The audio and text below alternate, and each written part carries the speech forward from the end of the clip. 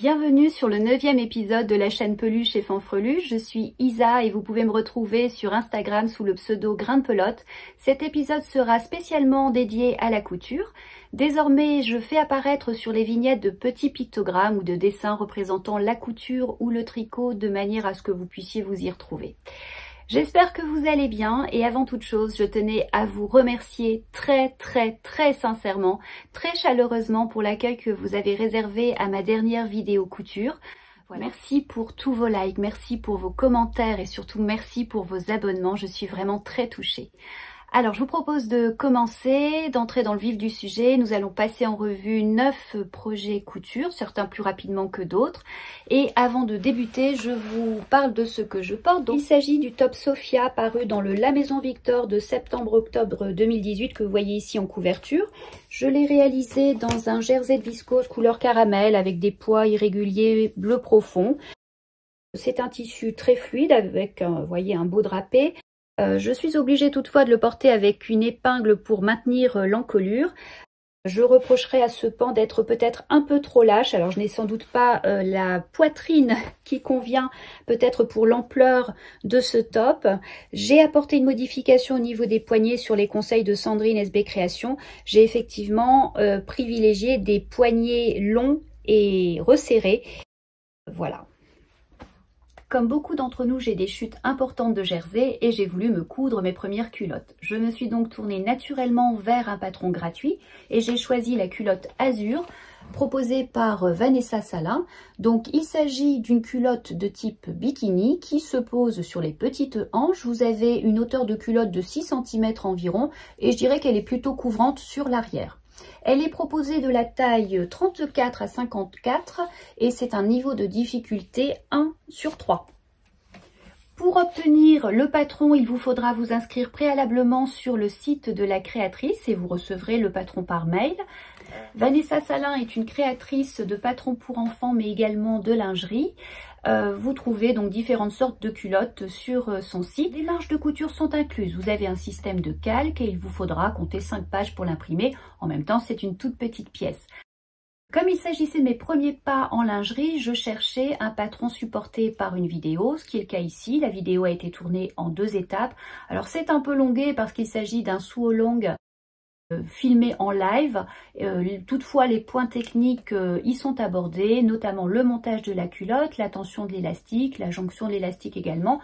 Petit bémol toutefois, la finition de la culotte est proposée à la recouvreuse. J'ai dû donc me tourner vers d'autres vidéos.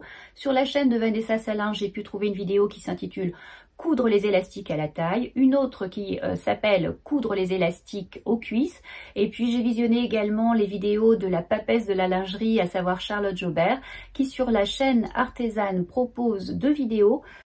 L'une s'intitule Comment coudre une culotte et poser un élastique, et la seconde Comment monter un biais sur une culotte.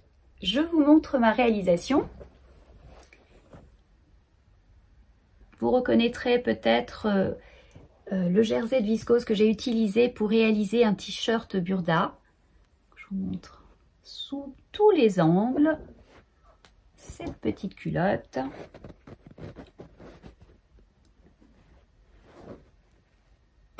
Voilà. L'envers.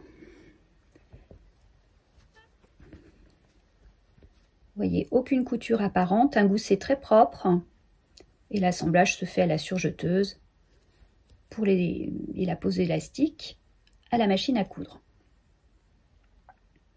Alors pour cette réalisation, il vous faudra 40 cm de jersey, également un carré de 20 cm sur 20 pour la doublure et là il vous faut privilégier plutôt un jersey de coton parce que c'est une zone qui est en contact avec les parties intimes. Il vous faudra également de l'élastique, élastique à lingerie, picot ou biais élastiqué. Et là, vous devrez compter entre 170 et 240 cm d'élastique. Le montage de la culotte est illustré par des schémas. Vous avez un système de contraste pour différencier l'envers, l'endroit du tissu ainsi que la doublure.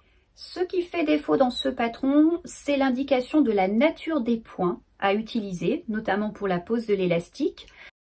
Également la longueur, la largeur du point. Je vous dis ça parce que sur d'autres patrons que j'ai pu réaliser par la suite, j'ai pu bénéficier de cette indication et je l'ai trouvée très précieuse et pertinente. Manque également la répartition de l'élastique sur le pourtour de la cuisse et de la taille. Bilan de cette réalisation. Mes coutures manquent de régularité. Vous voyez ici sur l'arrière que la couture est étirée. En fait, on nous donne une longueur d'élastique, mais on ne nous indique pas comment répartir cette longueur entre le devant, l'arrière de la culotte et le gousset. Les coutures manquent aussi de régularité. Le passage des surjets a été compliqué par endroits, ça a patiné. Ici, on a un petit bourrage. Il faut bien veiller à utiliser un fil de canette qui soit de la même couleur que l'élastique pour que la couture reste la plus invisible possible. Mais encouragée par ce résultat, j'ai envie de poursuivre la couture de la lingerie, j'ai envie d'essayer d'autres formes de culottes, d'apprendre à poser de la dentelle et à soigner les finitions. Voilà.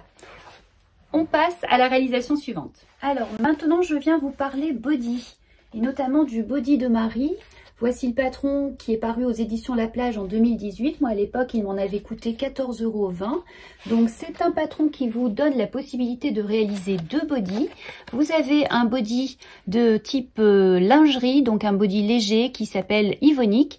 Et vous avez un body plus couvrant avec une encolure cache-cœur qui s'appelle le body Lysaïque. Vous avez ici la possibilité de moduler la longueur des manches, manches courtes, manches 3/4 et manches longues.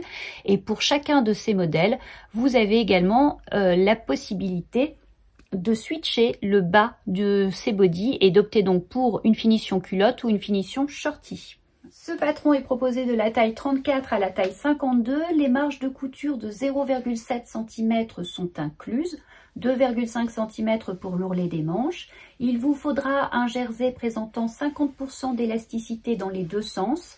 Quant au métrage, il faut compter 85 cm à 1 m pour le modèle Ivonic et de 1 m à 1,40 m pour le modèle Lysaïque. Vous devrez également prévoir de l'élastique à lingerie, donc élastique à picot ou biais élastiqué. Vous devrez également prévoir des bandes pressionnées, alors soit des bandes pressionnées toutes prêtes, voilà, je cherchais, comme celle-ci, ou alors vous pouvez opter pour du gros grain et des pressions à coudre ou des agrafes à coudre. Donc rapidement, ce livre patron est construit autour de 7 chapitres. Vous avez notamment un chapitre sur le choix du tissu. On vous rappelle l'importance de l'élasticité à prévoir pour la réalisation de ces bodys. Vous avez un chapitre également sur la mercerie. Vous avez un chapitre sur les astuces pour coudre le stretch. On vous reprécise les points adaptés à la couture des tissus stretch et puis les bons gestes à avoir lorsqu'on coud des tissus extensibles. Vous avez également une rubrique qui s'intitule « Avant de commencer » qui vous reprécise que ce patron est versatile et que vous pouvez switcher le bas de chacun des modèles. On vous reprécise également l'intérêt de valider la taille. Ce patron est prévu pour une stature d'1,68 m et donc vous avez la possibilité d'ajuster le modèle en hauteur. Toutefois, prudence sur ce point. Pour ma part, je n'ai réalisé aucune modification et le body est ajusté en hauteur en ce qui me concerne. Les chapitres 5 et 6 abordent la gamme de montage pour chacun de ces modèles et le chapitre 7 traite de la pose des élastiques et de la finition du gousset. Et là, on est sur un chapitre commun aux deux modèles. Pour ma première réalisation, j'ai choisi le body Ivonic. Je voulais vérifier s'il me fallait faire des ajustements de stature. Et l'avantage du body Ivonic, c'est qu'il nécessite peu de métrage. Je vous rappelle que le patron est proposé pour une stature d'1,68 m. En ce qui me concerne, je n'ai eu aucune modification à apporter à cette réalisation. Donc voici mon body. Donc je l'ai cousu dans une taille 38. J'ai utilisé un jersey de viscose de mon stock pour lequel je disposais d'un coupon d'1,50 m en me disant que je pourrais m'y reprendre à 2 fois si nécessaire. La gamme de montage est identique à celle du top Yvonne proposé dans le livre Coudre le stretch de Marie Poisson. Il y a effectivement un lien de parenté évident entre Yvonne et Ivonic. Si vous faites abstraction du bas du body, vous aurez effectivement le top Yvonne. La première étape va consister à coudre cette petite bande d'encolure sur le devant. On vient ensuite assembler les pièces devant et dos du body et l'on coud ensuite la bande d'encolure dos à partir du milieu dos. en faisant remonter cette bande d'encolure sur le devant jusqu'en haut du bonnet. Et cette bande d'encolure vient se terminer en bretelle. Bretelle que l'on vient fixer dans le dos, soit avec une finition croisée, comme ici, ou une finition droite. Il est possible de remplacer cette bande d'encolure par du biais élastiqué. Et je trouve que rien n'est laissé au hasard. On nous donne la distance qu'il doit y avoir entre le milieu dos et le haut du bonnet. Donc ça nous aide à répartir cette bande d'encolure. Quant à la longueur des bretelles, eh bien, ça dépendra de la hauteur de buste de chacun et puis de la finition que l'on aura choisie, finition croisée ou finition droite. Vient ensuite la couture des élastiques. Donc je vous montre ça d'un peu plus près. J'ai choisi un élastique à picot bleu, j'avais le choix puisque mon jersey est assez chamarré. Donc le gros plus de ce patron, c'est qu'on nous donne la nature du point, la longueur et la largeur du point à utiliser pour la pose des élastiques. Sont également données les valeurs de répartition des élastiques entre le devant du body, l'arrière du body et la partie goussée. Quant au gousset, j'ai utilisé des bandes pressionnées. Je vous montre ce que cela donne.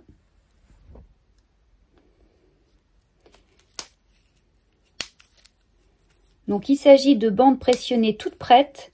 Donc ça a été une opération assez délicate parce que comme vous le voyez, pour la largeur de mon gousset, j'ai dû utiliser 3 pressions, l'équivalent de 3 pressions. Donc voilà les bandes pressionnées qui sont prêtes à coudre.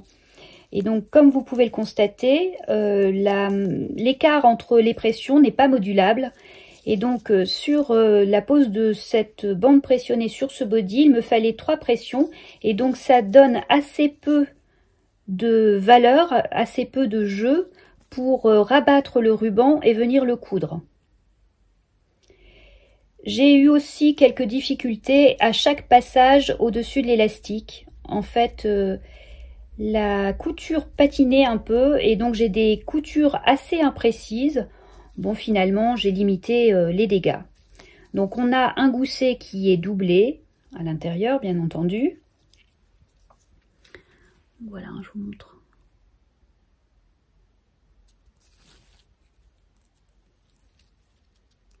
Alors, j'ai utilisé un fil mousse dans la canette, un fil d'épaisseur 80, de la même couleur que mon élastique. Donc ça me donne une couture élastique et résistante.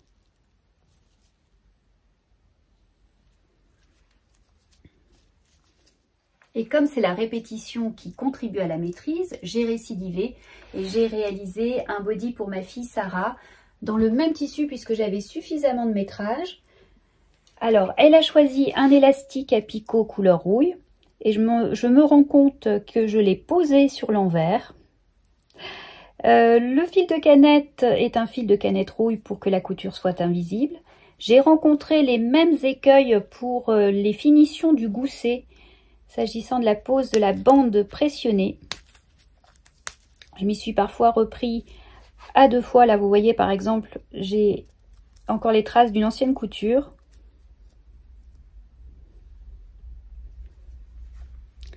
Donc le gousset entièrement doublé.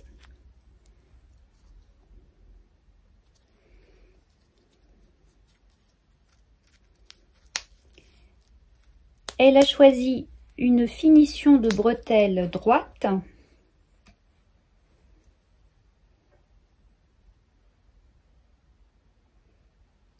Et j'ai dû sous-grader le modèle puisque j'ai réalisé une taille 30.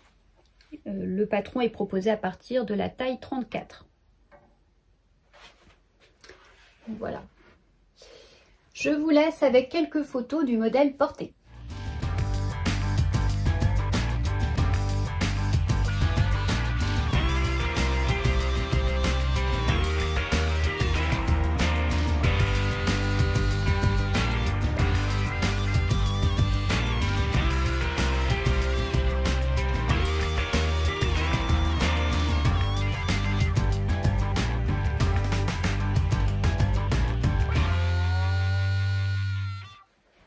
Donc après avoir réalisé mon body Vonique, je me suis attaquée à la couture du body Lisaïque que voici. Donc il s'agit d'un body en colure cache-cœur. J'ai opté pour la version manche longue et la finition shorty. Je l'ai réalisé dans un jersey de coton élastane et vous verrez, cette version est bourrée d'erreurs. J'ai 4 erreurs au total que je vous propose d'évoquer en balayant ensemble la gamme de montage. Donc pour commencer, on réalise des pinces poitrine que l'on distingue ici. On vient ensuite assembler chaque demi-devant au dos. Moi, je place désormais de la laminette dans ma couture d'assemblage d'épaule. On va ensuite positionner la bande d'encolure et pour ce faire, on nous invite à placer des repères d'épaule à une certaine distance du milieu dos. Donc cette distance va varier d'une taille à l'autre et ça va nous permettre de positionner correctement la bande d'encolure tout au moins sur la nuque. On vient ensuite coudre, assembler le reste de la bande d'encolure sur chaque demi-devant. Là, on n'a aucun repère, on étire plus ou moins et vous voyez, première erreur, j'ai étiré, semble-t-il, un peu trop ma bande d'encolure ici sur le devant. Donc, la bande d'encolure va légèrement dépasser de chaque demi-devant, donc on a un surplus qu'il va falloir couper. Donc la deuxième erreur, le principe veut que pour couper ce surplus de bande d'encolure, après avoir assemblé au surjet notre bande d'encolure, à chaque demi-devant, on vienne la déplier pour couper notre surplus. En ce qui me concerne, j'ai gardé cette bande d'encolure plaquée, j'ai coupé et lorsque j'ai déplié, je me suis aperçue qu'en fait, ma bande d'encolure était biseautée, elle n'était pas coupée dans l'alignement de chaque demi-devant, donc elle était beaucoup trop courte. On va ensuite assembler chaque demi-devant à la culotte. Donc là, vous voyez, et ça se voit à l'œil nu, ma couture gondole et elle était tirée. Moi, j'y vois deux raisons. La première raison, bien sûr, j'ai tiré sur la bande d'encolure qui était coupée trop courte. Deuxième raison, et c'est ce qui est évoqué notamment dans le chapitre astuces pour coudre le stretch du patron, mon point était sans doute, comme le dit Marie Poisson, trop serré et où j'ai étiré le tissu lorsque j'ai cousu ces deux parties. Donc voilà la troisième erreur. On vient ensuite monter les manches à plat. Donc moi au préalable, je surjette le bas de mon poignet. Donc on ferme ensuite les côtés, donc en partant du bas du poignet jusqu'au bas du body. Vient ensuite la réalisation des ourlets de manches. Donc là on est sur un ourlet de 2,5 cm que j'ai fini à l'aiguille double. La quatrième erreur se situe au dos de cette réalisation. Je voulais une finition shorty et j'étais persuadée qu'il me fallait switcher les pièces du patron. Et ça n'est qu'après avoir coupé mon tissu que je me suis aperçue de ma lamentable erreur. J'avais associé le devant du shorty au dos. Donc il m'a fallu retourner en mercerie, récupérer 50 cm de jersey pour recouper la culotte shorty et l'associer au dos. Donc voilà, j'ai une vilaine couture à ce niveau. La dernière étape consiste à poser les élastiques et à réaliser la finition du gousset. Donc là, on reprend les mêmes instructions que pour le body Yvonique. Ça reste un chapitre partagé par les deux patrons. Je vous montre juste ce que cela donne de près. J'ai choisi un élastique avec une finition dentelle. Et la finition du gousset est à l'identique du body Yvonique.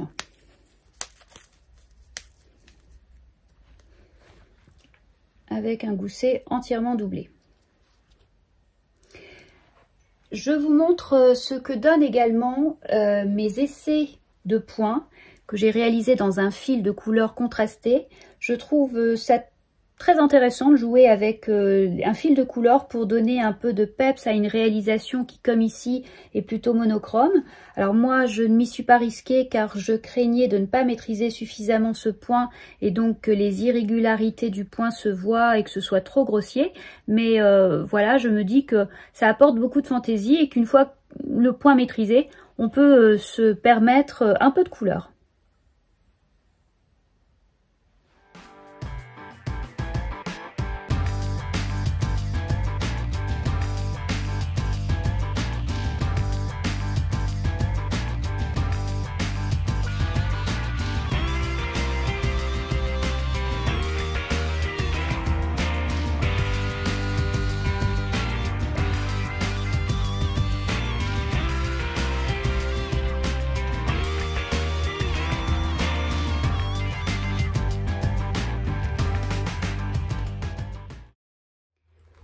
pour la réalisation suivante, j'ai cousu un pyjama pour ma fille Sarah qui en manquait cruellement. J'ai associé deux patrons. Pour le bas, j'ai utilisé un pantalon de pyjama de ce numéro Autobré hiver 6 2018.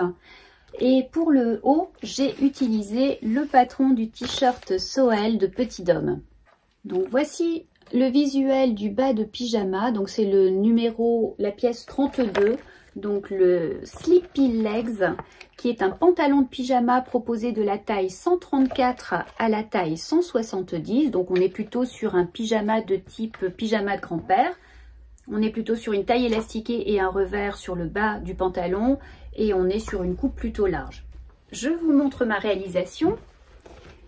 Donc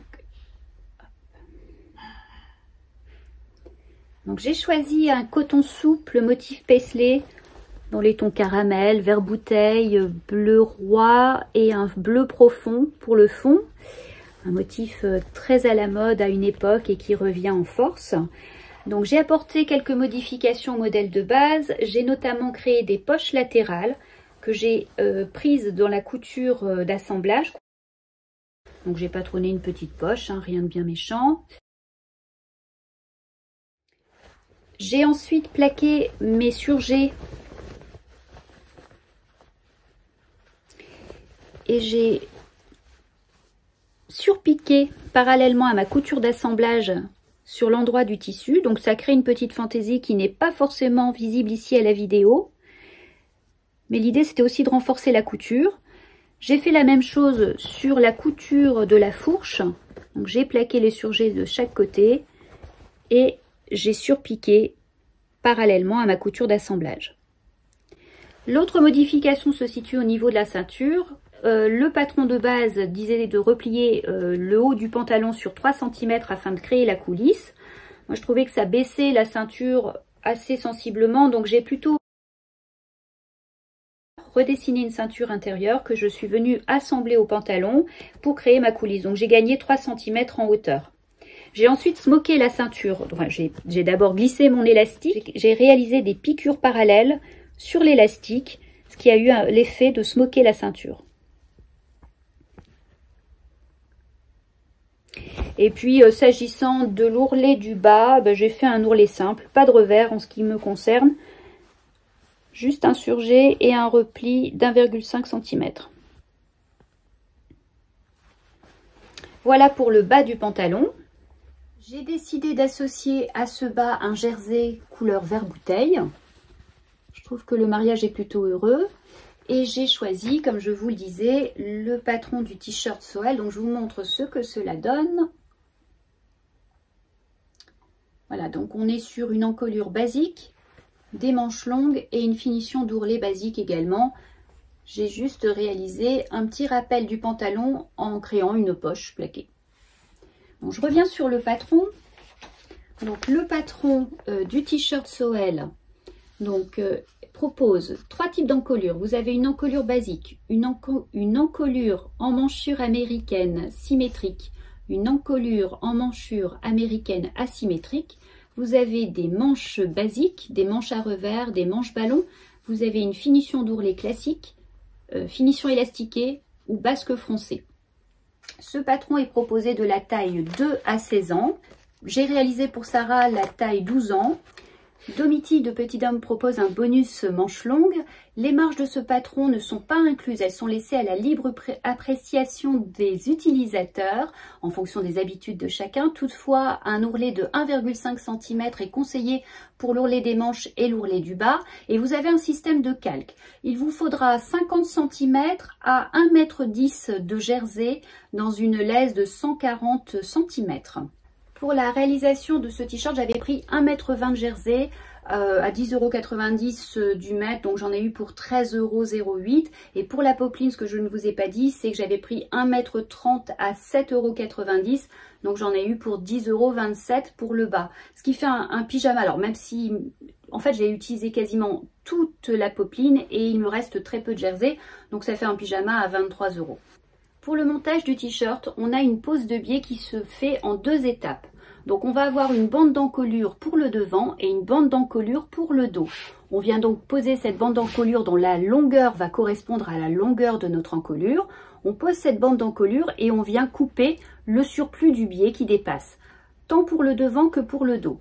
Ensuite, on va assembler notre dos et notre devant. Donc moi, je vous ai dit tout à l'heure, utiliser de la laminette pour ma couture d'assemblage. Et donc, on vient ensuite plaquer le surjet vers l'arrière et on réalise une petite couture de maintien de ce surjet sur 1,5 cm de chaque côté. Donc l'intérêt de ce type d'assemblage sur la bande d'encolure, c'est que la jonction en fait se situe sur l'épaule dans l'alignement de la couture d'épaule. J'ai ensuite pour ma part posé la poche décorative. Ensuite, on va coudre, enfin on va, oui, assembler les manches à plat. Donc moi, préalablement à cette étape, je surjette le bas de mes poignets. On assemble chaque côté, on va dire, à partir du bas de la manche jusqu'au bas de notre t-shirt. Ensuite, on réalise notre ourlet. Donc ici, un ourlet à 1,5 cm avec une finition à l'aiguille double.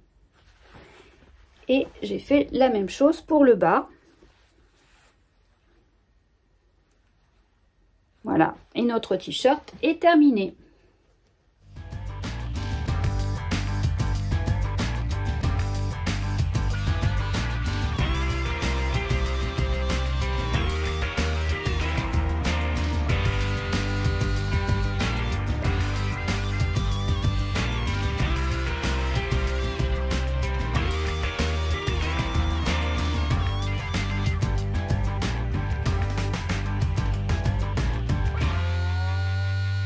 Nous arrivons à la 7e réalisation. Je vous disais avoir acheté 1,60 m de jersey de coton uni noir au prix de 10,90 € dans lequel j'ai réalisé mon body Lisa Higg et il me restait suffisamment de métrage pour y caser un t-shirt Hercule, t-shirt qui m'a été réclamé une fois n'est pas coutume par mon mari. Je vous présente donc Hercule. Hercule est donc un t-shirt pour hommes proposé gratuitement par Elsa de la marque Urban Ferry. Il se décline de la taille XS à double XL, soit de la taille 42 à la taille 60, pour une stature d'1,80 m. Les marges de couture de 0,7 cm sont incluses et vous avez des ourlets au bas des manches et au bas du t-shirt de 2,5 cm. J'ai déjà cousu ce t-shirt pour mon mari, je réalise une taille 50 et n'apporte aucune modification de stature, ce qui donne un résultat plutôt ample. On n'est pas sur un t-shirt avec une coupe ajustée, mais c'est parfait pour un vêtement qu'il porte en guise de pyjama. Un t-shirt qui, quoi qu'il en soit, présente une aisance positive moyenne de 8 cm. Le patron de base propose des manches courtes et une encolure ronde. Elsa a offert récemment un bonus manche longue et vous pourrez, tout comme moi, opter pour une encolure V. Il vous suffira de suivre le tuto proposé par Elsa sur sa chaîne. Ce tuto vous permettra d'obtenir une encolure V inratable. Elsa vous montre comment redessiner l'encolure.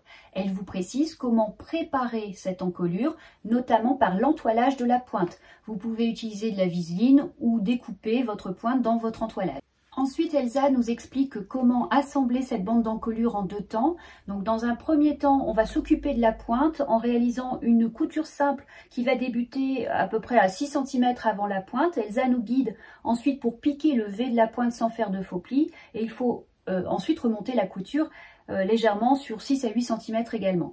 Puis dans un second temps, on vient assembler le reste de la bande d'encolure à la surjeteuse ou à la machine à coudre. Ce que j'apprécie dans cette bande d'encolure, c'est que vous avez une pointe croisée.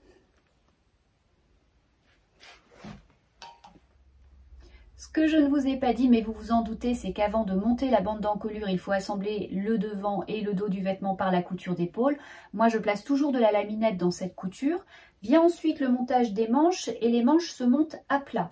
Alors, au préalable, je surjette toujours le bas des manches. Vous avez des valeurs d'ourlet de 2,5 cm, que ce soit pour les manches ou le bas du vêtement. Et la finition se fait à l'aiguille double. Alors, je me suis fait plaisir en posant une bande de propreté que j'ai réalisée dans un biais de jersey bleu tout doux. Je n'ai pas monté cette bande de propreté jusqu'à la couture d'épaule car je craignais en fait que la couture patine en passant sur les surjets. Puis je me suis rendu compte que c'était une finition courante sur les vêtements du commerce. Donc j'en suis assez contente. Je me suis appuyée sur 2 tutos que je vous remets en barre d'infos. Donc il y a le tuto Letty et Léa qui s'intitule Pas à pas poser une bande de propreté d'encolure sur un sweat ou un t-shirt. Et la chaîne Moi je couds Claire qui propose un tuto couture pour poser une bande de propreté. Voilà.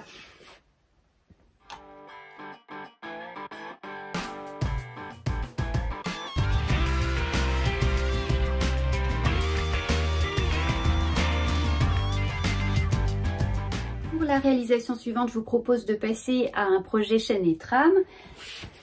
Donc, j'ai réalisé la robe Victoria d'atelier 8 avril que voici. Alors, le cadrage n'est pas bon.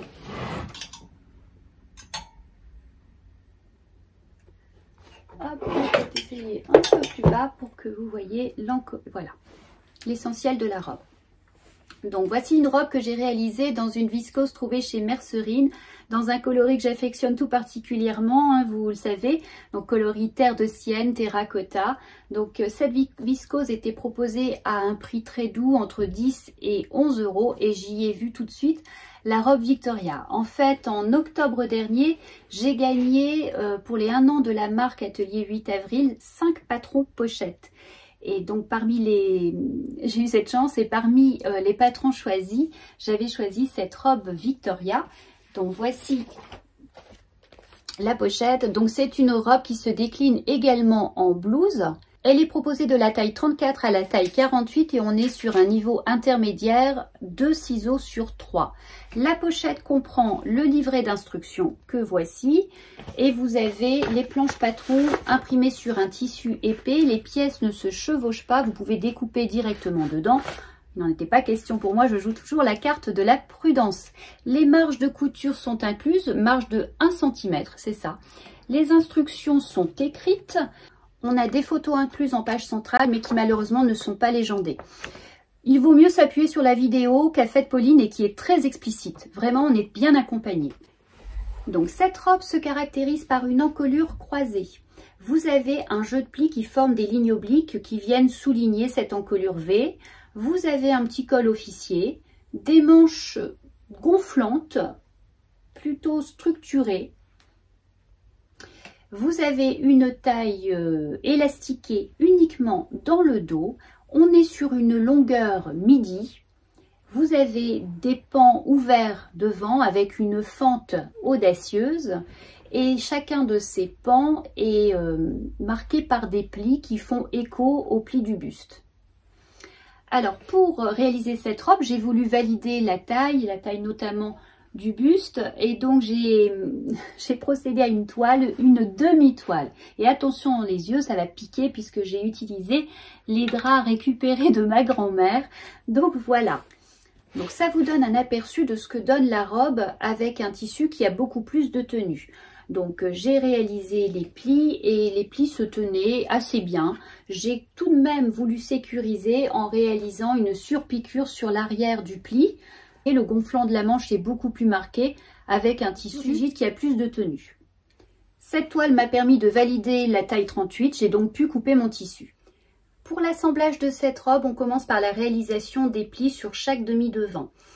Pour cela, vous avez la vidéo de Pauline qui est très explicite. Le résultat obtenu n'était pour moi pas satisfaisant parce que j'avais un tissu très fluide.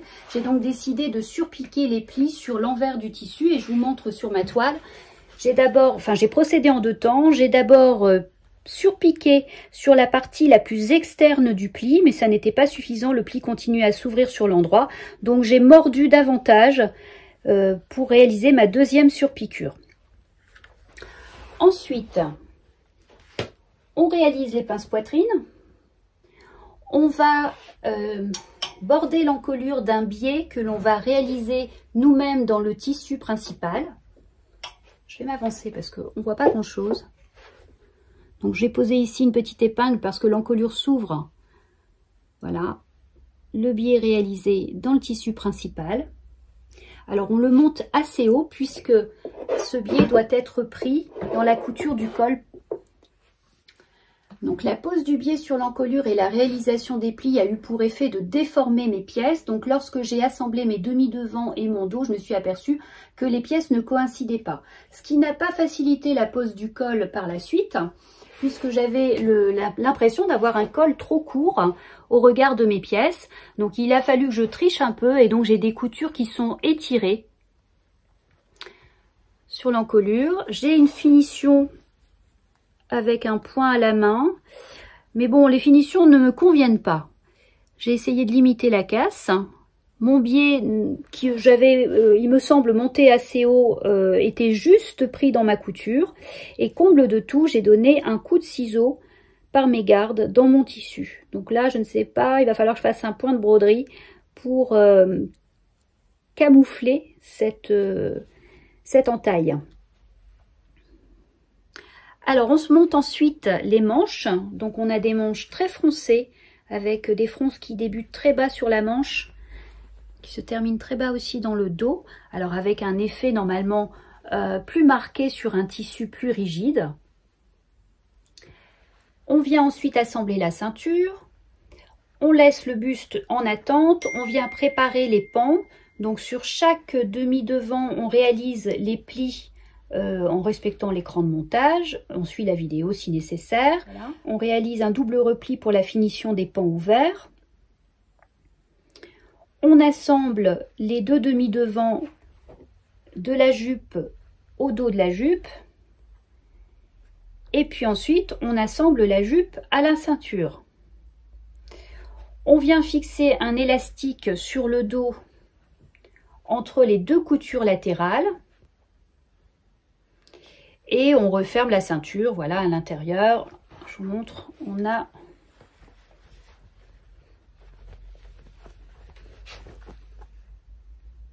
une ceinture qui est doublée. Alors là, vous voyez toutes mes surpiqûres de plis, ce qui n'est pas très joli. Donc j'ai choisi d'élastiquer le bas des manches plutôt que de laisser faire un simple repli. J'ai fait une petite coulisse où j'ai glissé un élastique de 1 cm. Une fois ma robe terminée, je n'étais pas convaincue par les plis. Donc j'ai décidé de surpiquer sur l'endroit. Vous voyez ici. Le souci, c'est que une fois chaque demi-devant assemblé, je n'ai pas pu monter ma surpiqûre jusqu'à hauteur de la couture d'épaule. C'est la raison pour laquelle ça s'ouvre ici par endroits. Je réaliserai sans doute une modification à l'avenir en réalisant 2 piqûres parallèles pour se moquer un peu la ceinture, ce qui aura pour effet de l'aplanir. C'est une robe superbe qui aurait mérité un tissu beaucoup plus lourd avec un grammage plus important, un tissu type jacquard ou un crêpe assez lourd. Je vous laisse avec quelques photos et une vidéo portée.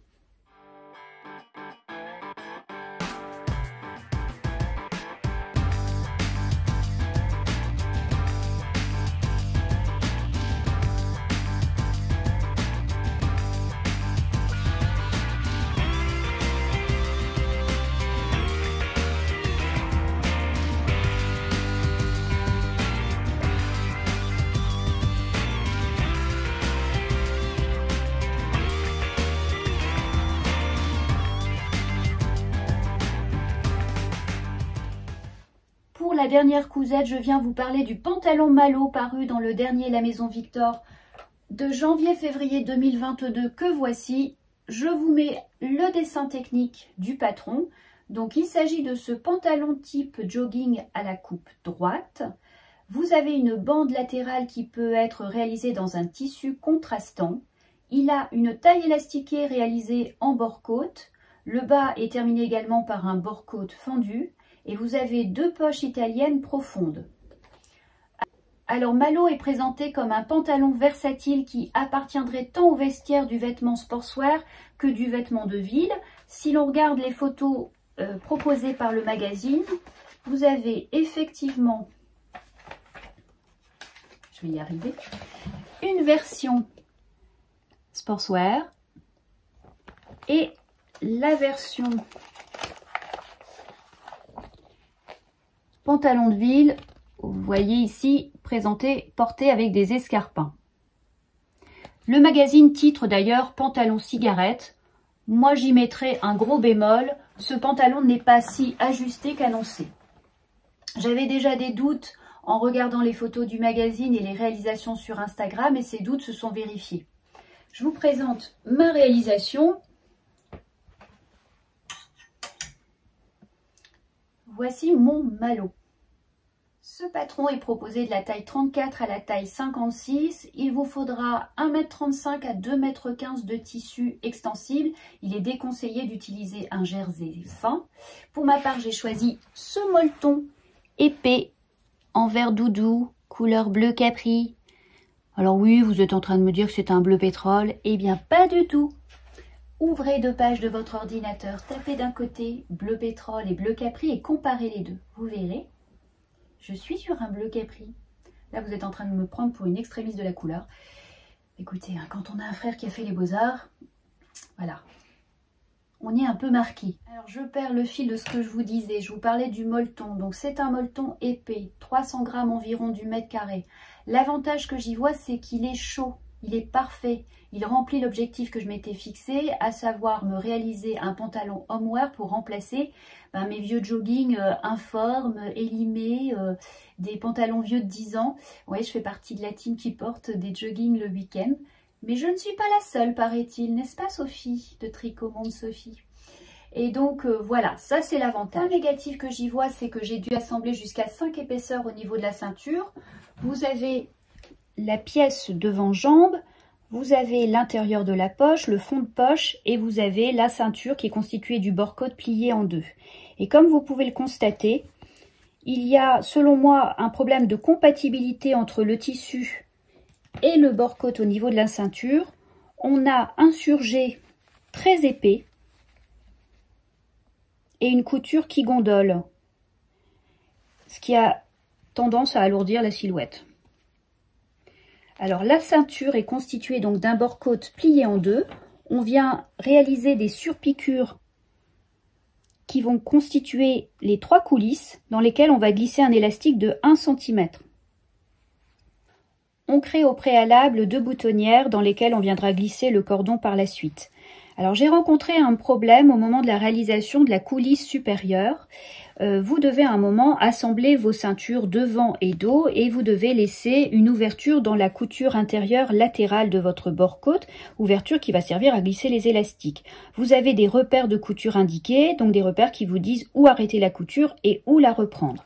Vous venez surpiquer pour réaliser vos coulisses et lorsque j'ai réalisé la coulisse supérieure, je ne me suis pas aperçue que je fermais complètement cette coulisse. Donc, et pourtant j'avais respecté les repères de couture indiqués. Donc j'ai dû découdre de quelques points pour pouvoir glisser mon élastique. Je n'ai pas vérifié si mes repères avaient été mal reportés sur mon patron ou s'il s'agissait d'une erreur de la marque. J'ai procédé à quelques modifications sur ma réalisation. La première tenait à la largeur des jambes. Comme je vous le précisais après essayage, le modèle ne m'est pas apparu suffisamment fité. J'ai donc réduit la largeur de la jambe de 4,5 cm sur le bas et de 2,5 cm à peu près à cette hauteur. La difficulté tenait pour moi au fait que j'avais déjà assemblé l'entrejambe au surjet et deuxième difficulté, je vous rappelle que j'utilisais un tissu avec un envers doudou qui ne marque pas le crayon ni la craie. J'ai donc utilisé un fil de couleur contrastant pour pouvoir marquer ma couture. La seconde modification concerne la bande de couture latérale qui peut être réalisée dans un tissu contrastant. Moi, je le voulais dans le même tissu que le tissu principal. Le seul souci, c'est que je n'avais pas suffisamment de métrage. J'ai donc réalisé cette bande latérale en 2 fois. Donc vous voyez ici ma couture d'assemblage qui se situe voilà, à peu près sous le genou. Et la troisième modification concerne le bas du pantalon. Le patron propose de réaliser ce bas de pantalon avec un bord-côte fendu. Je n'étais pas séduite par cette finition et je voulais jouer sur l'envers de mon tissu. J'ai donc réalisé un simple revers qui se trouve être, faire apparaître l'envers de mon tissu qui est de la même couleur finalement que mon bord-côte. Donc voilà, simple revers que j'ai surpiqué pour éviter qu'il ne se déplie. Voilà pour cette réalisation et je vous laisse avec quelques photos.